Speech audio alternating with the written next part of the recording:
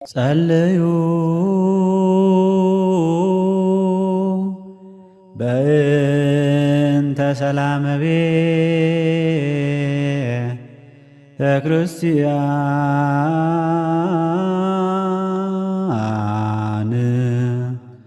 አሐቲ ቅድስት ጉባኤ እንተ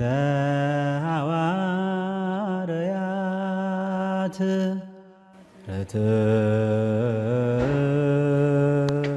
ነቲ ሓደ ጸሎት እያ ነቲ ኻሊእ ድማ መቐረት አንደበቱ ንኽትከውን ብምሕሳብ ኣብ መደርኡ ዝጥቀመላ ምቅርቲ ቃል እያ እቲ ቁኑዕ መራሒ ብቕንዕና ንኽመርሕ ዝደልያን ዝብህጋን እንትትከውን እቲ ጨቋኒ ግና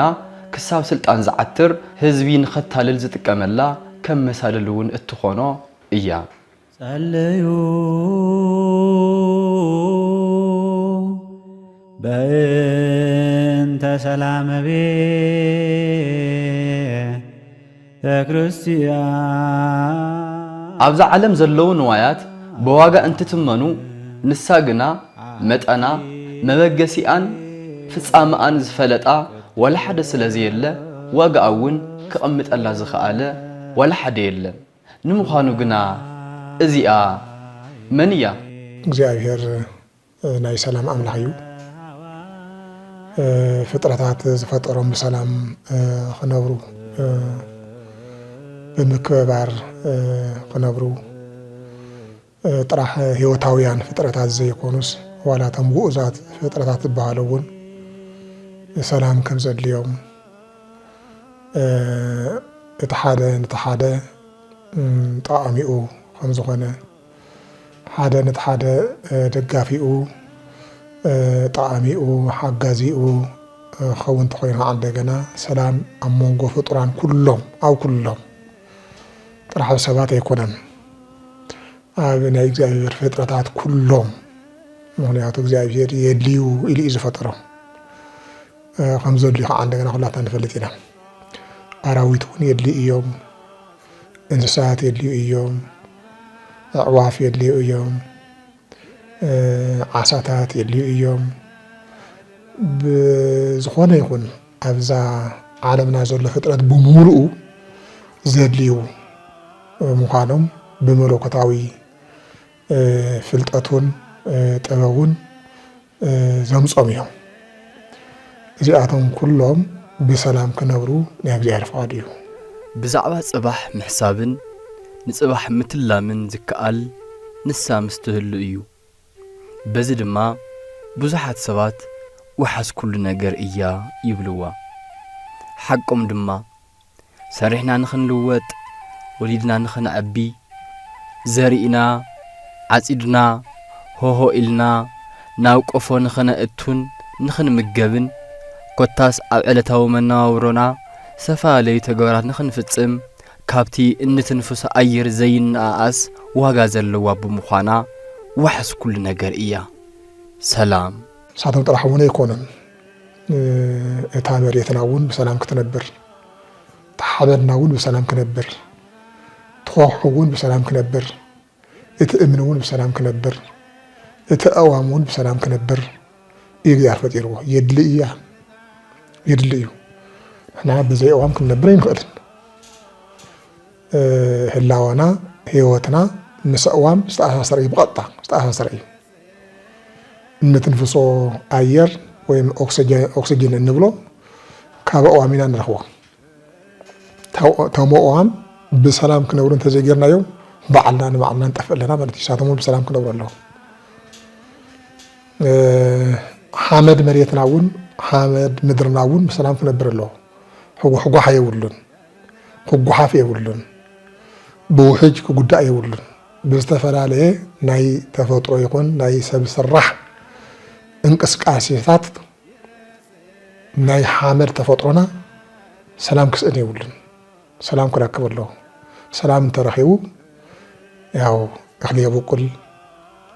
ንህይወታውያን ኩሉ ምግቢ ዝኸውን ብቁዕን አድላይን ዝኾነ ነገር ኩሉ ይህበና ስለዚህ ሰላም ተረኺቡ ንዓና ሰላም ይበና ኩላትና ብሰላም እንነብር እማን ኮኾታት ብሙሉኦም እንባታት ኮረብታታት ብሙሉኦም ሰላም የድልዮም ብሓፂሩ ፍጥረታት ብሙሉኦም ደለይት ሰላም እዮም እግዚአብሔር ዝፈጠሮም ከዓ እንደገና ብሰላም ክነብሩ እዩ ሓደ ንሓደ ከይጎድኦ ተሓጋጊዙ ተደጋጊፉ ተኸኣኢሉ ሓደ ንሓደ ተንከባኻቢ ኮይኑ ክነብር እዛ ፕላኔትና ናይ ሰላም ፕላኔት ክትከውን ናይ ሕውነት ክትከውን ናይ ፍቅሪ ክትከውን ንዝፈጠረ ኣምላኽ ከዓ እናመስገነት እናተኣዘዘት እናተገዘአት እናዳመፀት ክትነብር እዩ ፈጢሩ እግዚአብሔር በቲ ሰላማዊ አቦ ተመስሪታ ዕለት ዕለት ብዛዕባ ሰላም እትሰብኽ ቅድስት ቤተ ክርስቲያን ኣብዛ መከራ ዝበዝሕ ዓለም ምስ ትጸንሕ ጉዕዛኣ ዘይዛዘመት ተቓላሲት ኣዶ ብምዃና ብብዙሕ ሸነኽ ኣንጻር ሰላም ብዝለዓሉን ብዝውርወሩን ኩናት ጎንፂታት እናተፈተነት በቲ ጸግዓን ሓይላን ዝኾነ ሰላማዊ ኣምላኽ ተኣማሚና ሃረርታ ሰላም ንዘለዎም ሰላማውያን ደቃ ሓቂፋ ብምዕቋብ ኩሉ ግዜ ምእንቲ ሰላም እተማልድ ቅድስት ቤት እያ ቤተ ክርስቲያን ከዓ ናይ እግዚአብሔር ቤተ መንግስቲ እያ ሓደ ይኮነት ቤተ ክርስቲያን ማለት እኮ ናይ እግዚአብሔር ሕጊ ዝንገረላ ናይ እግዚአብሔር ትእዛዝ ዝመሓላለፈላ ናይ እግዚአብሔር ሰላም ዝንገረላ ናይ እግዚአብሔር መንግስቲ ማእኸል ማለት እያ ናይ እግዚአብሔር መንግስቲ ማእኸል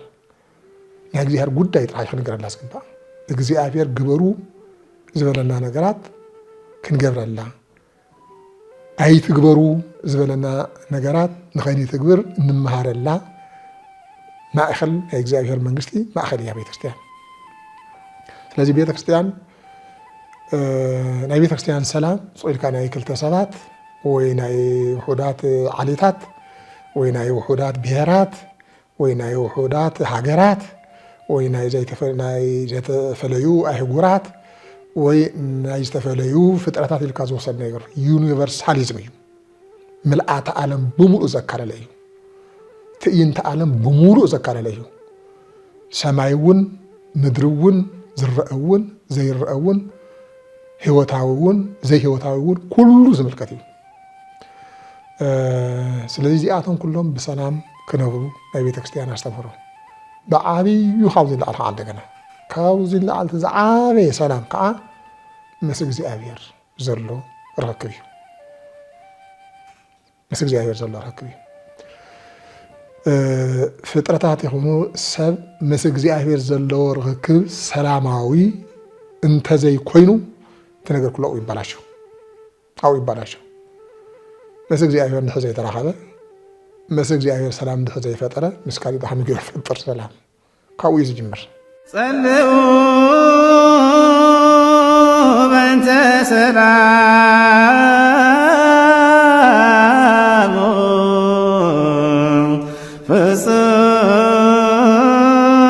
ፍጽምቱ ወፍቅሩ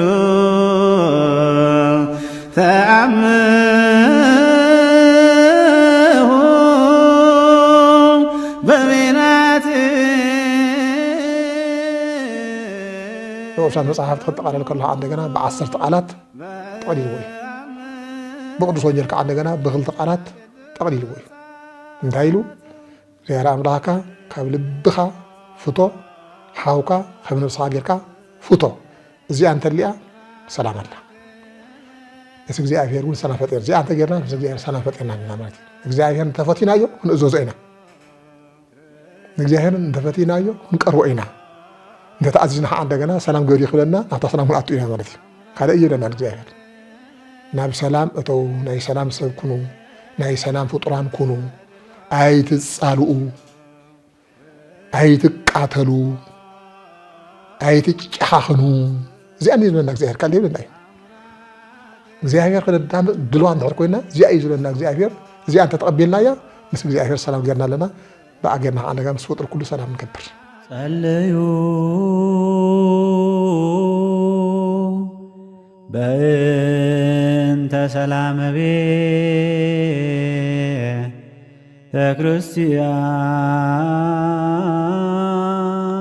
ክርስቲያን አሐቲ ቅድስት ሰብ ንባዕሉ እንድሕር ፈትዩ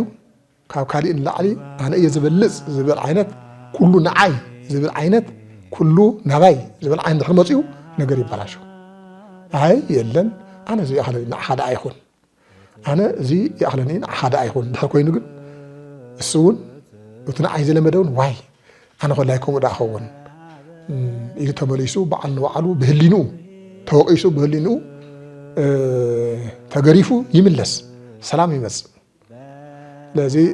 ከምኡ ዝመሰለ ሰላም ክነብር እዩ ጎይታና ኢየሱስ ክርስቶስ ዘምህረና ሰላም እዚ እዩ በቀለ የምህረናን ዘምህረና ሰላም እንታይ እዩ እዚ እዩ ሰባት ከገልግልኹም ዘይኮንስ ከተገልግልዎም ፃዓሩ ከገልግልኹም ኣይኮነን ተገልገልቲ ክትኮኑ ኣይኮነን ኣገልገልቲ ክትኮኑ ኩሉ ሰብ ኣገልጋሊ ክኸውን ተገልጋሊ ክኸውን የብሉን ንሃዋርያት ዝበሎም እዚኣ እያ ሰላሚ እዚኣ እያ ንኣኻትኩም ዝወኩም ሰላሚ እዚኣ እያ እዚ እንተገድኩም ክትከብሩ ኢኹም ክትዓብዩ ኢኹም እዩ ዝበሎም ካሊእ ሰብ እንተገልጊልና ኢና ክንከብር ንኽእል ሰላም ክመፅእ ዝኽእል ቃል እንደገና ኣነ እንተሓደ ከገልግሎ እሱ ንዓይ ከገልግል ከሎ እዩ ሰላም ዝመፅእ እምበር ኣነ ንባዕለይ ጥራሕ ከገልገል እየ እንድሕር ዝብል ኮይነ እሱ ንባዕለይ ከገልግል እየ እንድሕር ዝብል ኮይኑ ንዓይባ ወድሕሪ ፅፍዒት እዩ ዝመፅእ ሰላም የለን ንዓኻባ እንድሕር ተባሂሉ ግን ኣየለን ንዓኻባ ኣባሃልና እውን ፍሉጥ እዩ ስለዚ ብሓፂሩ ቤተክርስትያን ሰላም ትሪኦ ዩኒቨርሳሊዝም ብዝኾነ መልክዑ መለኮታዊ ብዝኾነ መልክዑ ከም ነፍስኻ ብዝኾነ መልክዑ ክሳብ ክንዲዚ ጫፍ ዝኸደ ናይ ስምምዕነት ናይ ምርድዳእ ናይ ምትሕልላይ ናይ ምትሕግጋዝ ርእስኻ ካብ ምቕዳም ንኻሊእ ብምቕዳም ዝመፅእ ሰላም እያ ትሰብኽ ማለት እዩ ጸልኡ በእንተ ሰላሙ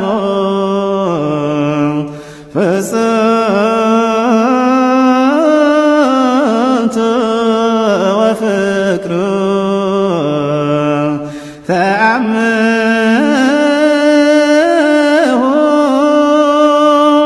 በቤናት ናይ ሕዚ ዘኒኦ ትውልድኻ ከመይ ይርድኦ ናይ ቤተክርስትያን ሰላም ከመይ ይርድኦ እንተኢልና ብዙሕ ክፍተት ኣለዎ ኢላ ተወስዳ ይሕይሽ ብዙሕ ክፍተት ኣለዎ እዚ ክፍተት እዚ ከመይ መፅኡ እንተኢልና ነናይ ባዓልትና ክንወስድ ግቡእ እዩ ንሕና ትኽክለኛታት ኢና ተኻሊእ ዘጥፍእ ዘሎ ኢልና ሰላም ክመፅእ ይኽእልን ኩላትና ነናትና ተወሲድና እዩ ብመጀመርያ ተዓብዪ ፀገም ኣበይ እዩ እንተኢልናዮ ኣብ ናይ ሃይማኖት ሰባት እዩ ዝኒኦ بمجمع أنا ما صبت قدوس يارد ما انتايلو صوبي نقه كاهن تكست برهان لعالم وتقدست بيت كريستيان بكبر وصفات يقول تعمل ذي كاهن ندحر نقحو كاهن ندحر كنيعو كاهن ناي سلام ناي حق مراحن مرعيان نسالين انت خوينو تكست برهان لعالم عالم برهت مالتيو عالم برهان بق ولا لا مالتيو برهانية قويتنا والله يكون عالم برهان صاتكم يزولنا خنا قوينا كانت قوينا عالم برهان صاتكم يزولنا خنا بمجمع درجة قصير بمؤمنانون آمنت بولهم سلازي نعجزيها منجس تلقو نخن فتصم عالم بسلام نخن مرة ناي عالم ناي سلام ممهران قوينا ناي سلام مرعية قوينا ناي سلام مسكرت قوينا ناي سلام تبقى خوينا ناي حق تبقى خوينا كسام موت كن كيد حلاف نستوهبنا ناي هيمان صلاتنا እግዚአብሔር ናይ መንግስቱ ሓላፍነት ዝሃቦ ንምህረ እገሊየ ንብፁዕ እገሊየ ንቅዱስ እገሊየ ንሃለቃ እገሊየ ይዛሃበ ንሕና ከዚኣ ተዋፂና እያ እንተኢልና ያው ትፍለጥ እያ ተዋፂና ዘይኮንስ እንዲያው ፈፂምና ሃቡነ ይበላ እየን ከምናት ይርድኢት ሃቡነ ይበላና ሃ ኣይጀመርና እያ ፈፂምና ኣብ ካሊእ ዓለም ኢና ዘኒና ጸልዩ በእንተ ሰላመ ቤተ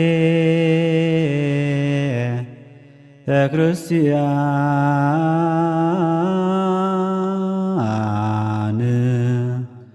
አሐቲ ቅድስት بإثيوبيا توصلنا بإثيوبيا كونتكست توصلنا لا درجة فرق مليون أكل نزلوق توجي استقبله حيلن هنا لا حمش تم يتشح زأكل كهنن هنا زو حزين تأيلو خطو زو ناي سلام الأخطو حزن ولا زلنا عالم ناي ممرح ناي ممهر ناي ملوات ناي سلام حيلي ناي مقبر ناي حق حيلي ناي مقبر يتلخو يتقبروا دولن تلنا أو يتقول دايز مثلا وطاعتنا مهندسياتنا مهوراتنا جبراتنا سبيل سرحتنياتنا وتهدراتنا مرحتنا بمولو تباتو هذا صلا عبد تزقش زي مزكيو بقطعكم تزاول عبد تزقش زي وعلى مؤمن يلنا إثيوبيا أرثوذكساوي ولا جنرال قن كشف بولو أيو مينسترون كشف بولو أيو تقرأ لي حربين يوم كشف بولو أيو الله أيو ورطشي حرستاون كشف لو أيو سيفيل سيرفيسون كشف لو أيو دكتورون كشف أبولو أيو يمهرو دخل كنا يجزي هاي السلام كي يمهرو دو يلا سلازي يمهرنا جن أيمهرنا جن فصل ما يمهرنا جن أوز بايتازيون يلا ران حقنا من قان هركوين أوز بايتازيون يكون نانزنينا كم هاجرنا حابيرنا نتفق حابيرنا نتجبجب حابيرنا هو نبل إنا زنينا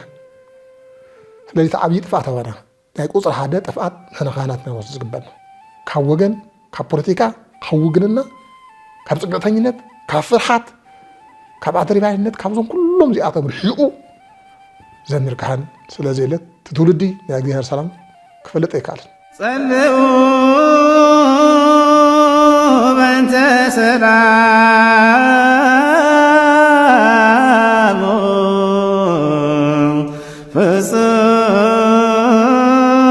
فصنت وفكر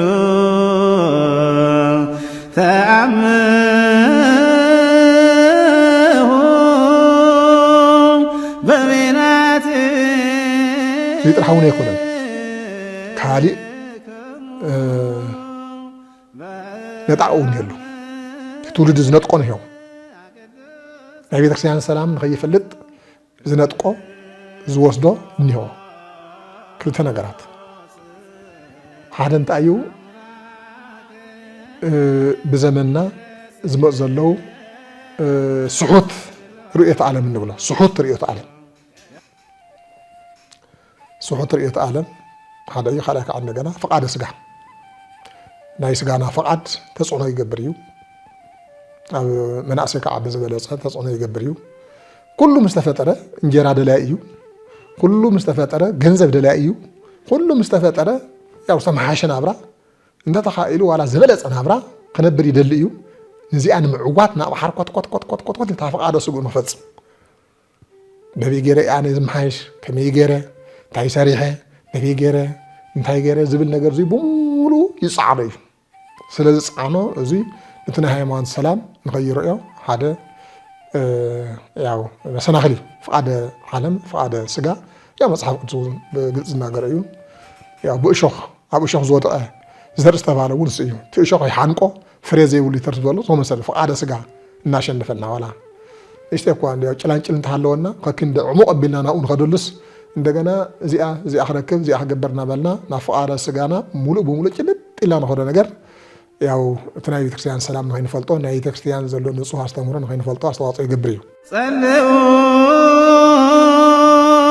በእንተ ሰላም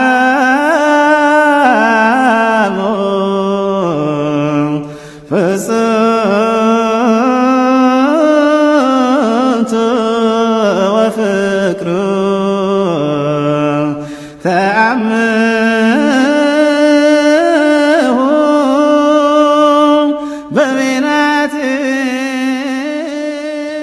እቲ ሓደ ዝብልክዎ ናይ ስሑት ርእየተ ዓለም ኣብ ሃይማኖት ዓለምና ዝተፈላለዩ ሰባት ዋላ ፈላስፋታት ንበሎም ብዝፈጥርዎ ስሑት ርእየተ ዓለም ኣብ ሃይማኖት ዘሎ ራእያ ክነዓቕ ከምዘይጠቅም ጌርካ ንክረአ ልክ ስኡልካ ዝጭበጥ ዝድሰስ ዘይብሉ ውፅኢት ዘይብሉ ኣድላይ ከም ዘይኮነ ጌርካ ናይ ምቕራብ እሞ ብዓበይቲ ፈላስፋታት ኢና ዝበሃሉ ከም ማርክስ ከም ሌኒን ዝበሉ ካልኦት እውን ኣለው ብዙሕ ምስሊ በቃ ሃይማኖት የለናን ዝብል እንታይ ባ ሓሳባውያን በቃ ሃይማኖት ሓሳባዊ እምበር ምንም ጭበጥ ዝርአ ነገር የብሉን ዓይነቱ ኣተሓሳስባ እዚ ከዓ እንደገና ምስ ዘመናዊ ትምህርቲ ተተሓሒዙ ምስ ፖለቲከኛታት ድጋፍ ኣፍልጦን ድጋፍን ረኺቡ ኣብቱ ትውልዲ ተፅዕኖ ይፈጥረሉ በቃ እንትርፊ ቅልፅሙ እንትርፊ ጉልበቱ እንትርፊ ሓይሉ እንትርፊ ብዝጭበጥ ነገር ብዙ ናይ እግዚኣብሔር ሓይል ብዝበሃል ነገር ዘሎ እምነት ንሕጉሕጓሕ ዝገብሮ ኣካይዳ ብዙሕ ፍልሰት ተፈጢሩ እዩ ስለዚ ብኣምላኻይ ሓይሊ ብእግዚኣብሔር ሓይሊ ብናተይ እውን ተሳትፎ ከክንድም ንባል ብቅልፅምና ብቃልስና ብጉልበትና ብሓይልና ዝበሃለ ባህላ ኩሉ ነገር ብሓይልካ ከም ዝውዳእ ገይሩ ንክወስድ ትውልዲ ገይርዎ ኣሎ ማለት እዩ እቲ ናይ ቤተክርስትያን ሰላም ከይቕበሎ ናብዚ ከይዱ ያው ሰላምና ትመፅእ ብጉልበትና ኢና ሰላም ትመፅስ ብቃልስና እያ ሰላም ትመፅስ ብቅልፅምና እያ ትብል ባህላ ካብቲ ናይ ቤተክርስትያን ሰላም ተርሕቆ እያ እዚኣ መጨረሻ እንደገና ፅቡቅ ትመፅእ ፅቡቅ ትመፅእ ናብ ዝኾነ ይኹን ዓለም ክፋል ዓለም ፅቡቅ ትመፅእ ስለዚ ተወረዶ ከምዚ ስለ ተሓሳስባ እናማዕበለ እቲ ናይ ቤተክርስትያን ሰላም ካብ መለኮት ዝርከብ ረቂቕን ንዓለም ኩሉ ዝገዝእ ዘሎ ዝተወሰነ ማሕበረሰብ ዘይኮነ ዝተወሰነ ክፋል ዓለም ዘይኮነስ ንዓለም ብሙሉ ዩኒቨርሳሊዝም ብሙሉእ ዝመርሕ ዘሎ ካብ ቁፅጥርና ብዝኾነ ካብ ቁፅጥርና ወፃእ ብዝኾነ ረቂቕ መለኮታዊ ሓይሊ ዝመርሕ ዘሎ ሓያላት ኣልዒሉ እናደርበየ ዝወደቁ እናምፀ እናቐመጠ ዝመርሕ ዘሎ ሓይሊ ከይንፈልጦ ናቱ ዓቕሚ ፈሊጥና እንደገና ንእግዚኣብሔር ሰላም ከይንገዝእ ዋጋ ከይንህብ ናይ ቤተክርስትያን ሰላም ዋጋ ከይንህብ ይገብሩ ኣሎ ትውልዲ እዚ ዓብዪ ኺሳራ ይንስእ ኣብ ታሪክ ሃገርና ኢትዮጵያ ይኹን ኣብ ታሪክ ዓለም ጎንፅታት ካሊእ ጎንፂ እናወለዱ ኣብ ዓንኬል ባእስን ኩናትን ኣቲና ሰላም ኣልባ ዘመናት ኣሕሊፍናን እናሓለፍናን ንርከብ ንዘመናት እናተዘርኡ ዝጸንሑ ናይ ጽላኣትን ምክፍፋልን ዘርእታት ባህታ ዘይብሉ ፍረ ኣፍርዮም ሕብረተሰብና ዝተጣመረሎምን ዝተኣሳሰረሎምን ናይ ፍቕሪ ገመዳት እናላሕልሑን እናተበጣጦሱን ዝመጽሉ ኩነት ብምፍጣር ተስፋ ምቑራጽ ንኽሰፍንን ጎንፅታት ኣብ ዘይንዕገሰሉን ብጥበብ ኣብ ዘይንኣልየሉን ብርኪ ኣውፂሖምና ይርከቡ ሰላም ብምስኣና ዝበፅሐና ጉድኣት የስዕበና ሳዕቤን እንታይ እውን እንተኢልና ብጣዕሚ ብዙሕ እዩ ብጣዕሚ ብዙሕ ሓቂ ንምንጋር ብግልፂ እውን ዝርአ እዩ ኢልካ በቃለ ንናገሮ ነገር እውን ኣይኮነን ኣብ ምድርና ኣብ ማሕበረሰብና ኣብ ዕለታዊ ውዕሎና ኣብ ቤተሰብና ኣብ ኩሉ መናና ዝርአ ጉድኣት እዩ ዝበፅሐና ስእልና ዝተወሰነ ነገር እንተልዒልና ግን ንሕና እስቲ ሃገርና ንምፃሙ ሃገርና እንታይ እያ እንተኢልና ዓለምና ብምልኣ እውን ብሃፍተ ፀጋ ዝተመልአት እኮ እያ ዓለም እኮ እንዲያው ተቆፂሩ ተሰፊሩ ተቆምጢሩ ዘይውዳእ ሃፍቲ ዝተሸከመት እኮ እያ ዓለምና እዛ ዓለም እዚኣ እኮ ንዓና እግዚኣብሔር ይህብና እዩ ያው ንዓና እኮ ይህቦ እቲ ወርቂ እንትበልካዮ እንተ ኣልማዝ ትበልካዮ እንታይ ሞቶ እዚኣ ተሰፊሩ ተቆፂሩ ዘይውዳእ ስነ ፍጥረት ብሙሉ ንዓና ኣይተዋሂቡ ንዕኡ ብሰላም ተንሕዞ ሰላም ኮይና ናብ ልምዓት ናብ ስራሕ ተንወፍር ምድርና እንታይ ትኮን እያ ንመስለካ ድኽነት ጾም ዝሓድር ሰብ ክነብር ነይሩ ጾም ዝሓድር ሰብ ይነብር ዶ ኢብን ህዝቡ እንትኾነ ዓለምና ንሰብ መወዲኢ ተውፅኦ ዘላ መሳርያ ንሰብ መቕተሊ ዝኩሉ ሮኬት ዝኩሉ ድሮን ዝኩሉ መድፍዕ ዝኩሉ ሚሳኤል ዝኩሉ አቶሚክ ቦምብ ዝኩሉ ወታደር ዝኩሉ ቀለብ ወታደር ዝኩሉ መጥፊኡ መሳርያ ብሙሉ ናብ ልምዓት ተዝውዕል ነይሩ ሰላም ኮይና ናብ ልምዓት ንዑ ነይሩ ዓለምታይ ኣትኮ ነይራ ብዘይብልና ዓቕሚ ገንዘብ እናገዛና ሃገር ህዝቢ ብጥምየት ብረሃብ እናለቐ መሳርያ እናገዛና ንጠፋፍ ኣለና እዚ ዓብዪ ጉድኣት እዩ እዚ ዝገበረና ዘሎ ሰላም ምስኣን ናብኡ ዘምፀና ዘሎ ናብ ዕብየት ዘይኮንስ ናብ ድኽነት ናብ ጥምየት ናብ ህልቀት ተነገር ናብ ናይ ተፈጥሮ ብርሰት እዩ ዘምፀና ዘሎ ይጎደና ኣለዩ በእንተ ሰላመ ቤተ ክርስቲያን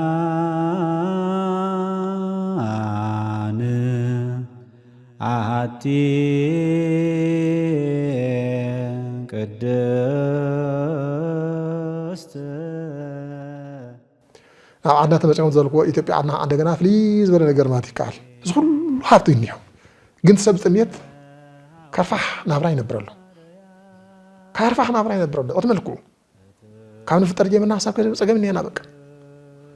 መቐየሪት ከዓ ክዳን እኳ ዘይብሎም ወለድና መቐየሪ ክዳን እኳ ዘይብለን ኣዴታትና ኣሕዋትና ኩሉ ግዜ ኣወራ ለቢሰን ጫማ እኳ ዘይብለን መስሓ በሊዕን ድራስ ዘይደግሙ እዚ ኩሉ መን የምፅዎ እንተይናዮ ናይ ሰላም ስነት እዩ ካልእ ነገር ይኮነ ቅድም ክብል ነዊሕ ኮይናት ተኻየደ ብድሕሪኡ ከዓ እንደገና መለስተኛ ኮይናት ተኻየደ ሕዚ እውን ኩናት ተኻየደ እዚ ኩሉ እናጥፈ እዩ ዝኸይድ ዘሎ እተን ዘለዋ ንእሽተይ እንኳን እንዲያው ከም ዘለዋ ከዓ ዓቂምና ንከተን ዘለዋ ነገር እኳ እናተጠቐምና ከይንኸይድ ንሳቶም ብኩናት ነጥፈን ኣለና ስለዚ ዕብየትና እንዲያው ብጣዕሚ ይጉዳእ ኣሎ መነባብሮና ይመሰቃቐል ኣሎ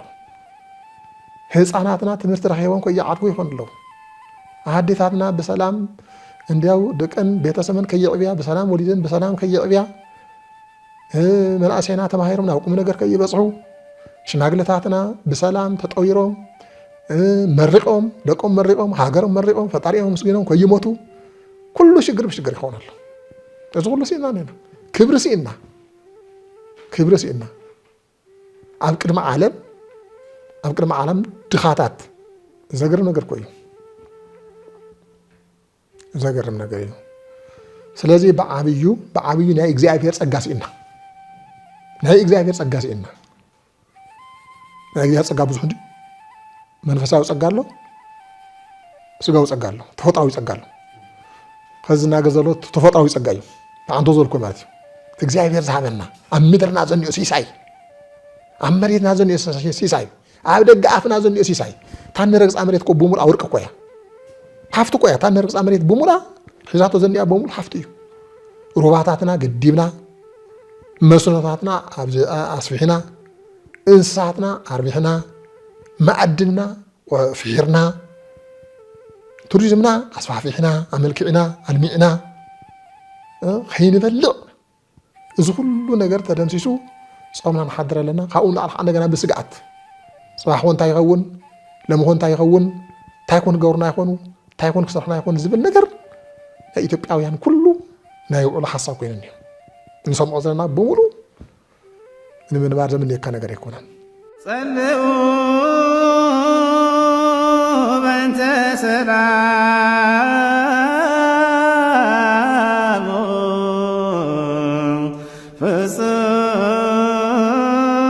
ፍጽምቱ ወፍቅሩ ተአምሁ በቤናት ቤተክርስቲያን ትብለና ሰላም በደንብ ገርና አስተማቅና ብዘይ ምውሳና በቃ ይደምሰስ ዝበሃል ነገር ናይ ቅድሚ 66 ዓመተ ምህረት ጀምር ዝመፀ ይደምሰስ ይዝልኩ በቃ ዋይ እንታይ ገበረት ሰብ ደምሰስ እንታይ ገይሩ ይደምሰስ እንዴ እንደመሰዋለን ይደምሰስ ዋይ እስኻ ምድምሳስ ትፈታዶ ሳዚ ተወታ ነገር ንምታይ ንኻሊ ደምሰስ ተሎ ሳሕኮ ታሪክ ደምሰስ ተሎ ዘላ ሳሕነ ብርዲ ስኮላ ይኮነ ብር ይደልዩ ታሪክ ደምሰስ ትብሎ እዚ አንፈጣሪና ንኻሊ ደምሰስ ክብል ከለሁ ኮን ዓለይ ኮለ ይደምሰስ ክብል ዘለው ምድምሰስ ታይ ምጽ ይደምሰስ ይናለ ሚናበቃስ ትውልድ እንታይ ተማሃረ ያብዩ ይደምሰስ ዝናሪ አብዮት ግዛም ዛና ተባለ እንደመሳቸዋለን እንደመሰዋለን ብዙ ሰላም ይምጽ አይምጸኑ በተጨባጭ እንደመሰዋለን ተባይሎ ኢትዮጵያ ብዙ ጊዜ ተፈክሩ ዝደምሰሰ የለም ተደምሰሰ ግን ወዲ እዚህ ሰላም ይምጽ ስለዚህ በሐጽሩ ብዙ ተቆጽሩ ተነጊሩ ተዘርዚሩ ዘይውዳ ጉድአት በሰላ ኣብ ህዝብና ኣብጽሑ ስእነት ሰላም ታና እግዚአብሔር ሰላም ተሐቀኛና እግዚአብሔር ሰላም ተሐቀኛና እግዚአብሔር ሰላም ናዓብ ዘይምኸታልና ኣስኢንና ህዝቡን ኣብ ስጋኣት እንሄና ማለት እዩ ኣብዚ ሕዚ ሰዓት ኣብ ዓድናን ህዝብናን አንጸላሊ ዘሎ ኩናትን ስጋኣታቱን እንድሕር ቀጺሉ ከስዕቦ ዝኽእል ጥፍኣት ማእለያ ዘይብሉ ምዃኑ ዘይሰሓት ሓቂ እዩ እግዚአብሔር ናይ ዓለም ንጉስ እዩ ቤተክርስቲያን ወይ ናይ ዓለም መንግስት እያ ናይ ኢትዮጵያ መንግስት ዝኾነ ቤተክርስቲያን ኾነት ዘላትኒ ቤተክርስቲያን ናይ ዓለም መንግስት እያ ናይ ሰማይ እውን ናይ ምድር ጣይ ኾነትን ናይ ሰማይ እውን መንግስት እያ ቤተክርስቲያን ስለዚህ ዓለም ከም ዓለም ከመን ያንተልና ናአናውን ይጽሕና እንዲሁ ከም ማህበረሰብ ከም አካል ናይ ዓለም ስለዚህ ካው መጽና ሀገራን ተመጻናው ዝሐሸ ይመስለኒ ዓለም አምንታይ ኩነታ እንተይላን ሄና አብይ ስጋት ያዘኛ ተዓለም አብይ ስጋት ሶልካ ትንብድበድ ያዘላ በቃ ትንብድበድ ያዘላ ንሪኦ ለና ኣብ ራሽያ ዘኒው ዩክሬን ዘኒው ኣብ ጋዛ ዘኒው ኣብ እስራኤል ዘኒው ኣብ ቀይሕ ባህር ዘኒው ኣብ ርሑቅ ምስራቅ ሃገራት ኣብ ቻይናን ታይዋንን ከባቢ ዘኒው ኣብ ኮሪያን ሰሜን ኮሪያን ዶ ኮሪያን ዘኒው تزجرد ما تبي كله نعمي وكله أو كله كسلام يلن እግዚአብሔር ግን ፈአ ዓለም ባጣላይ እኮ ዓለም ተረህ አላውኮ እግዚአብሔር ግን ፈአ ዘኛውኮ ናይ ዓለም ማህበረሰብ ብዙ ህዝብ ጊዜ እኮ ካብ እግዚአብሔር ዝሸፈተ እንቢ አይደለን እግዚአብሔር ይሉ ካብ እግዚአብሔር ሸፈተ ማህበረሰብ እኮ ይዘኛው ዓለም ከም ዓለም ሸፊታ ዘኛው እግዚአብሔር ካብ እግዚአብሔር ሸፊታ ናይ ባዕላ ጉልበት ያተወጣውጥ ዘላ ናይ ባዕላ አቶሚክ ናይ ባዕላ ኒውክሊየር ናይ ባዕላ ድሮን ናይ ባዕላ መሳሪያ ነው ተፈክር ያዘላ በቃ ዓብይ ስጋት ያዘኛው ማም ስጋቴና ሁሉ አም ዘይ ምትምማን አም ጥርጣር አብሽ ቅድምድም ናይና እንዲያውም ተም ሀፍታማቴም ዝግዱ ተም ሀፍታማቴም ገደም ዘነው ሐቅ መንጋር ተም ሀፍታማቴም ገደም ዘነው ሐዘ መሽ ኢትዮጵያ ዘነው ሐውዝ ዘጓሃር ዘሎ ምን ሀፍታማት ቆይም ስለ ኢትዮጵያ ሐዚ ዘጓሃር ዘሎ ነገራት በሙሉ ለኢትዮጵያውያን ቆይ ሆነም ዋ ንሰማን ቆይና ይንገር ቆይ ብሬዲዮ ቆ ብግጽ ቆይ ዝንገር ዘሎ ቆ በሚዲያ ቆይ ንገር ዘሎ በተግባር ቆ ላይ ቆር ያለና አው ይዘራግፉ ዘለው ንምን ናምጾ ይዘራግፉ ዘለው ንምን ፈልጦ ምዲና ትድሮን እኮ ሓምስ ነው ይኮናል እቲ መዳፍ ኦቶ ሚሳኤላት እኮ ንሕና በሰታን ንወዳደሉ ዘለና እኮ ሓና ቆም ጻና እንሂው እኮ ተማፋትም ኣብ ርእሳ ሃፍቶም ደልዮም በከም ጽጋብ ይኸፍ ኣብ ጥሜ ዝብሃል ነገር ኣብ ዘለዎም ግዜ ህዝብ ባረኸሎም ዝሃቦም ንኡ ተመስገይሎም ንኡ ሒዞም ኮይነውሩ የለን ዘይኣኽረና ማይ ካሊ ሃገር እውን ሃፍቲ የለና ኢሎም ናይ ሀገርና ሀብት ደልዮም እንተሓደ ናፍተሓደ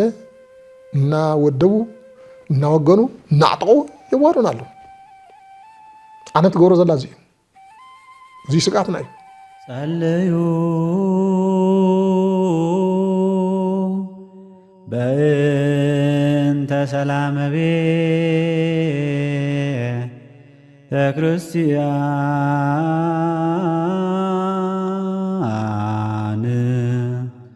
አሐቲ ቅድስት አሁን ተመጽና እውን ያው ናብ ጋገልጠም ተርታአትዩ ስጋታይ ጥርጥር አለው ተትማል ዝነበረ በጽሕና ንብሎ ነገር ተጋዲዱ ይቅጽል ትድኽነት እንደገና ገዲዱ ይቅጽል እትህልቂት ገዲዱ ይቅጽል ኩሉ ነገር እቱ መሰረተ ልምዓት بزجرده መልክዑ ይበርስ ኩሉ ነገር እንደዚህ ይመለስ ምናልባት ክሳብ ከዚያ በዘጋጠመና ክሳብ 30% ናይ 30 ዓመት እንደዚህ ተወሲድና ከዛ እንደገና ናብ 80 ዓመት እንደዚህ ተወሰድና እንደገና መሽ ትድኽነትና ምናልባት ቅድመ ህዚ ናብ 30% ተጽናተው ናይ ከዛ እንደገና ናብ 60% ይብጽሐና ወይ ካሁን አለ ይብጽሐና በቃ አዳ ኹይናት ዳንታ ይርከብ ማስከተ ነው ይፈልጣው አዳ ኹይናት መቼም እንግዲህ ያው ዝመጸተ መጽኮ ሀብቱ ዘር መካነ ገዝሕዝነካ አነ ዝሕዝነኒ ክንደይ ሰምሰረ ገፋ አገመጫ ተስላም نبت سلام تطو نقبرك بحال سامخانا مجرشا من زخونه ولا يكون يشنف مشننا في يمصع مشننا بعيد سلام لهو سلام كيكون مشننا بعيد صلوا بنت سلام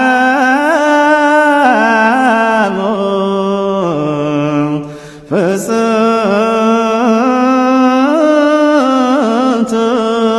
وفكر تأمه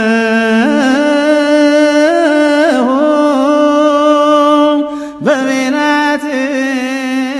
إذا نجزيان حدا كلنا حدا بودن حدا فلتك بارت أيكون إنه تبي يعني دك سوي دك زهري دك زهري جاتهم كلهم يزلهم بر نتحدا بودن نتحدا عاوزين معاد زونجلو زستو قصبي اللي فصم يبلين ببودن يكون بقل يكون زستو أوني يبلين زونجلو أوني يبلين نيوترال كون يبلين جين تخيل تاتسي خيرك كان نجرشها بسلام نظام زي ترف نتحيا وادنا نتحيا وادنا كلاتنا مات يمانا صقامنا بدوب زله يكون بمسرع زله يكون بمعرب زله يكون بسمين زله بمأخذ زله بمراس تاي قبرلنا نسلام جزي هيمنا بسلام بويت نود النجر زي نفتر إذا أنت زي كوينو ياو إذا عندنا تا سقعت لحد خلي طلع يتطور كله فلت أزل له عندها تا سقعت اللي حرمت يعني كله يها عندنا ميسا كم تعرف بس نقول زغون حزون نقول يها تكون لحد خلي لحد خلي طلع تكون يتخيل نقول يها تكون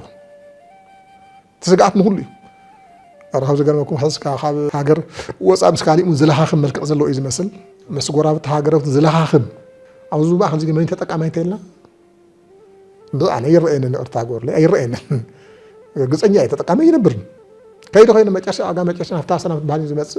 خاسير مش كسر أجا شان مسوي أجا صول سما سودا سلام جرنا لنا يربال هزول زناد المولي زبس حاجة مولي سميت كأقول كون مولي أي كأقول كون زب النجار مولي جن أي نايتو زحشة من مارس النجار جن زحشة من مارس جن مرأي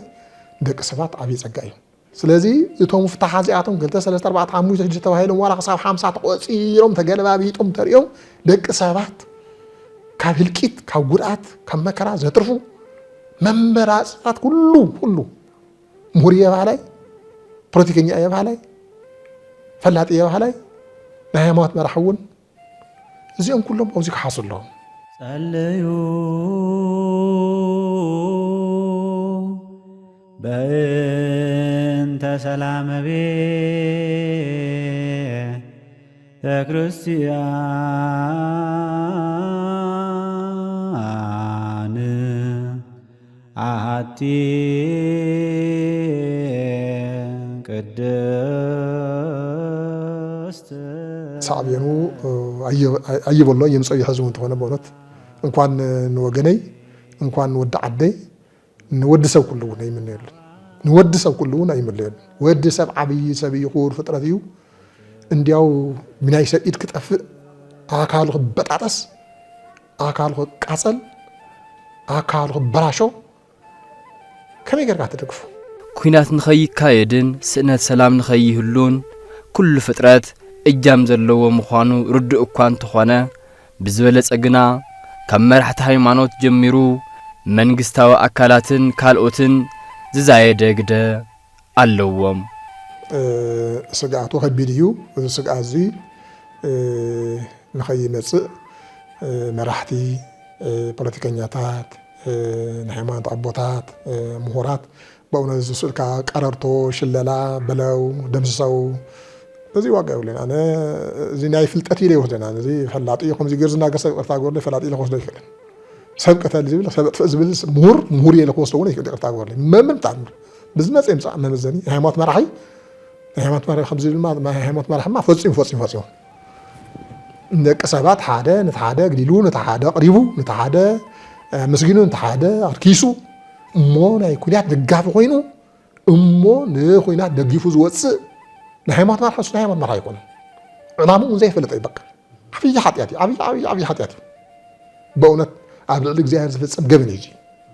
زي هذا زي حوط الأخر ዝኾነ ይኹን ሰብ ነይ ናይ ሰብ እዩ ከምኡ ዝገበር እንኳን ተሪፉ ኦርቶዶክስ ዘይኮነ ተፈቂዱ ዶ ተፈቂድና ነፍና እግዚአብሔር ንኽእዎ ዘለና ሰብ እንተሮ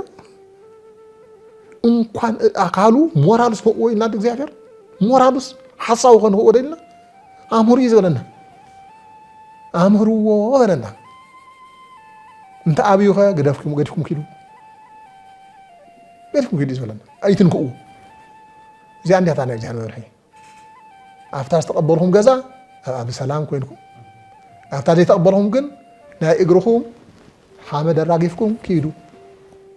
ካሊእ ኣይትንክኡ ካብዚኣ ንዓርግበር የበለን ታናት ዓባይ ስጉምቲ ናይ እግሮም ሓፈድ ኣራጊፍኩም ኪዱ እዚ ኣብ ናይ ሃይማኖት ኮይና እምበር ናይ ፖለቲካ መንታይ ማዓስ እንታይና ኮይኑ እዚ ኣብ ናይ ሃይማኖት ኮይና ታስጉም እዚ ኣብ ናይ ሃይማኖት እያ ወንጀለም ሄርናዮ ንተቀበልና ጽቡቅ ሰላምና ተቀበልነት ወንጀልና ኣይ ሰላምና ሰላምኩም ንሕር ተቀቢሉ ኣብኣ ተቐመጡ ማለት ወንጀልኩም ትምህርትኩም ንሕር ተቀቢሉ ሓዝዎ ምእምንዎ ጥምቅዎ ወዲ መንግስቲ ይገበርዎ አይደለም ሰላምኩም ወንጀልኩም አይደለም በቃ ዘወር ወለ እንተ ልካ እንደገና ባርክ ሰላም ወአልሐዊ ሰላም ኩን ይልኩም ተሐመድ አራጊፍኩም ኪዱ ጽረፍዎ ይበለ ደብድብዎ ይበለ ቀተልዎ ይበለ ምንም አይበለን ታ ወንጀል እዚ አንዲያ ነው ዘላ ነውታ ስለዚህ ናይ ሃይማኖት መራሓቲ ኮይና ምስተሓደ ወጊና ንተሓደ ነጥፍና ንተሓደ ደግፍና ንገብሮ ነገር ብጣዕሚ ዝቆም ካሉ ቦታ ዘይምፍላጥ ማለት እዩ ተላኣህ ካሉ ተልእኮ ተሃበካ ተልእኮ መለኮታዊ ተልእኮ ዘይምፍላጥ ማለት እዩ ሃይማኖት መራሓቲ ካብዚ ወፅዮም ደቂ ሰባት ብሙሉኦም ደቂ እግዚአብሔር ምዃኖም ኣሚኖም ንደቂ እግዚአብሔር ከዓ ወኪላሳቶም ምዃኖም ኣሚኖም ደቂ ሰባት እዚኣቶም ኩሎም ከም ሓደ ኣካል ገይሮም ሪኦም ዓረቕትን መኸርትን መሃርትን እዮም ኮን ዝግባኦም ጸልኡ በእንተ ሰላም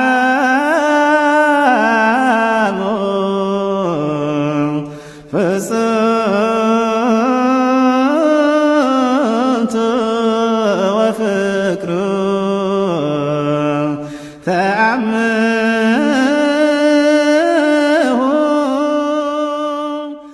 ኣብ ላዕሊ የመና ሳብ ታሕቲ ዘለና ውሉደ ካህናት ንበሃል ቅድሚ ሕዚ ብዙሕ ስህተት ፈፂምና ኢና ሓቂ ንምንጋር ዋላ ብዓለም ኣቀፍ ደረጃ ብዓለም ዝኸውን ናይ ሮማ ቤተክርስትያን ጣልያን ኢትዮጵያ ክወርር ከሎ ድጋፍ ሂባ ኢትዮጵያውያን ውረሮም ቅተሎም ውደ እዮም ሓፍታ ንባዕልካ ውሰድ ኢላ ባሪኻ ሪኢኻ እያ እዚ ኣብ ቅድሚ እግዚአብሔር ጽዩፍ ናይ ወንጀል ዓላማ ዘይኮነ ቅዱስ ወንጀል ዘይብሎ እግዚአብሔር ዘይብሎ ተልእኮ እዮም ፈፂሞ ስሕተት እዩ ዓለም ብምሉእ እውን ነቂፍዎም ይሽኡ ኣብ ሃገርና ተመፂና እውን ብተመሳሳሊ ከምኡ ዝመስሉ ነገራት ተደጋጋሚ ተፈፂሞም እዮም ካህናትና ምስ ፖለቲከኛታት ሓሻኽር ፖለቲከኛታት ኮይኖም ሰቢኾም እዮም ኣስተምሂሮም እዮም ዋላ እውን ብዙሕ ነገር ገይሮም እዮም ግን ዘይተልእኮኦም እዩ ተልእኮኦም ኣይኮነን ካህናት ሰብ ዝሞተሉ ኩነታት ክድግፉ ሰብ ዝጠፍአሉ ኩነታት ክድግፉ ክልክል እዩ እኳ ደኣ ሰብ ዝተዓረቐ ዝዕረቐሉ ሰብ ዝተሓባበረሉ ሰብ ሰላም ዝረኽበሉ ሰብ ህይወት ዝረኽበሉ ሰብ ዝለምዐሉ ሰብ ናብ እግዚአብሔር ዝቐርበሉ ከምህር እዩ ተልእኮኦም ስለዚ ቅድም ቀዳድም ካህናት ክውግኑ የብሎምን ናብ ዝኾነ ይኹን ምድራዊ ሓይሊ ክውግኑ የብሎም ውግንኖም ናብ እግዚአብሔር እዩ ናብ ቅዱስ ወንጌል ያታ ውግንኖም ናብ ቅዱስ ወንጌልና ናብ ቅዱስ ወንጌል ጥራሕ ማእሰረተ መጽያውን በአይ ተኣሰሩ ሞት መጽያውን በአይ ሞቱ ስለዚህ ውግንኖም ናብ ወንጌል ብቻ ሳሓ ነገር ሰላም ያበቃ ታሰላም ይምሩ ታሰላም ይስበኹ ካብ ኣዝሓለፈት ጠጠው ይብሉ ሓደ ደግፎም ደግፊና ኣባ ንቃወሚና ኣባ ንዘልፍና ኣባ ዝበሃል ነገር እዚ ጠጠው ከብሉ ኣለዎ ከክንድኡ ጀጋኑ እንተኮይኖም መስቀሎም ሒዞም መጽሓፎም ሒዞም ከይዶም ደቅና ግደፉ እንታይ ክንገብረልኩም እንታይ ከም ትብሉ ዘለኹም ኢሎም ተዓረض ኮይኖም የማነ ፀጋም እናኸዱ እናመፁ ቅኑዓት ኮይኖም ከይወገኑ ከይሰለሉ ሰለልቲ ኮይኖም ከይኮዩ ካብታ ተልእኮኦም ተላዒሎም ንክልቲኦም የማነ ፀጋም ማዕረ ካብ ጥፍኣት ንምድሓን ብኡ ኣቢሎም ከዓ እንደገና ህዝቢ እውን ካብ ጥፍኣት ንምድሓን زعلم على محيزهم كم هرون نجارات كم ناي عرق عينت كوين مالت بمجمّر قدم قدادم تو نا ونس زمز زلو نجار نتأيل كا بسرية برأي بعمقت أندرست هذا بقار يقدم تتخيل ندهر أوجي ندهر صراحة عندنا بدحريو تايك سولوشن كنا وراي خيل كون نام سولوشن مسجار ممارس حساباتنا في الكا موسات محتوم زهر كوينو استي هلا أربع لكم الكا أفتكر كا عندنا كم يتخون صبويو كم يتجبر صبويو زين تخون صبويو زين دجورتا كم دجورتا دعينا تيكون وقانو يتخونن لا أرجع ما قلنا ما نتبعسير ما قلنا هايدي يقبر كم يقبر كابزي نايم تورعن نايم مهارن نايم الرجاءن نايم يوترالن نتن جلالتين نتن جزء عن يراون نتن منفس طرح حزنا خن مرة كنا نهر خن قصص كن مكر يقبلنا إلى جنة حلافيو جزء جني تعزز بنا نايك نحس خمسة تعزز خزوني تعزز بنا هاي مرنا عندنا بعبي يقولا بيت كريستيانون كم جديانا تبالي صار أي أتفرج إحنا بزفترنا شوتات بيت كريستيانون تصلع صلاة تفري إذا كي يخون تنك آية جاي اللي لنا فعل أيه صليوا بأنت سلام بي كريستيان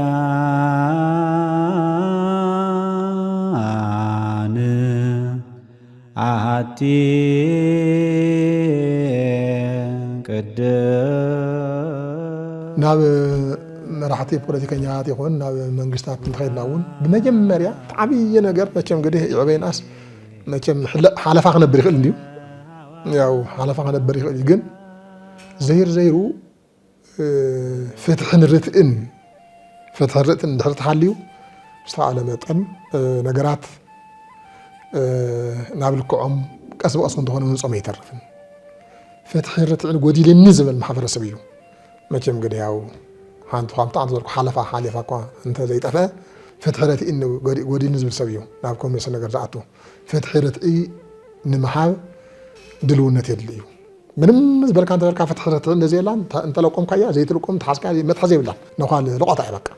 ተሻሻሻት ብዝተውካ ቢት አሰርካ ቢት ፈሰስ فتح እንደዚህ የላ ምንም ዝግበር ነገር የለም እዚ ማንም ሰብ ዝአምነልኝ ስለዚህ ቅድም ሁሉ እንታዩ ተጸገም ይል ካሜራ ይጽበዩ እንታይ ይጸገም ዘ ሀገርና ማጽና አይ ስጋት ከቲና ዘን ይጸገም እንታይ ነገር ጽንል ካመስቶ አልሞ በድሕሪ ከ እንደገና ንዝምልከቶም አካላት እንዲያ ውስጥ ንረሃብሉ እንነጋገሩ ተብልካ ግዜ ሂብካ ተነጋጊርካ 100% እንኳን ተዘይ ተፈትሐ ካብቶም ዝተወሰኑ ጸገማት ተመዝገቡ ካብቶም ዝቀረቡ ጸገማት ዝተወሰኑ እንድሕር ተጀሚሩ እኳ ተስፋ ይነብሩ ታሪክ አንድ ነገር ወይ ለከ ሞንድሕ ኮይንማ ሰላማዊ ነገር ዝሓለቀ እንድሕር ኮይኑ እንታይ ዳ ጸገምና በሰላም ሓለቅና ብዙ ነገር ዝመጸሉ ዕድላት ክመቻቸው ኣሎ አውዝ ባይታ ዚካ እንደገና ሁሉም ፖለቲከኛት ናይ ባዕልቶም ታሪክ ጽወተሎ ጥራሕ ኩናት ከመፍትሕ ጌርካ መውሳድስ በቃ ናይ ድሑር ኢላ ኣይባግ ናይ ኩናት ዝበሃል ነገር ድሑር እዩ በቃ ሓቅን ምድጋ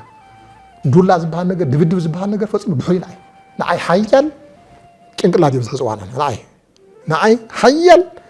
ንሰላም ዝሰርሕ ሰላም ዘንጽእ ሰላም ዘስፍን ጭንቅላት እዩ ሓያል ሰብ ህሊና ዝማርሆ ናይ ሰብ ህሊና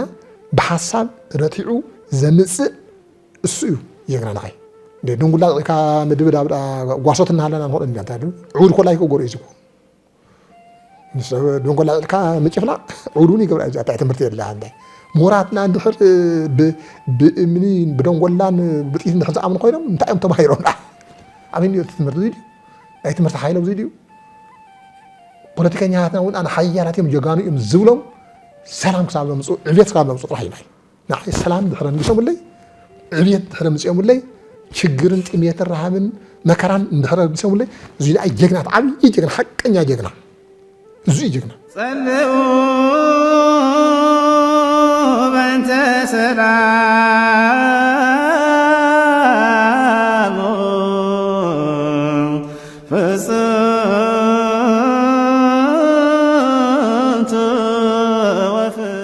ናይ ዓለም ማሕበረሰቡን ዝብሎ ያሱ እዩ ሳተሙን ከምቲ ንፈልጦ ናተዋጽኦ ይኮኑ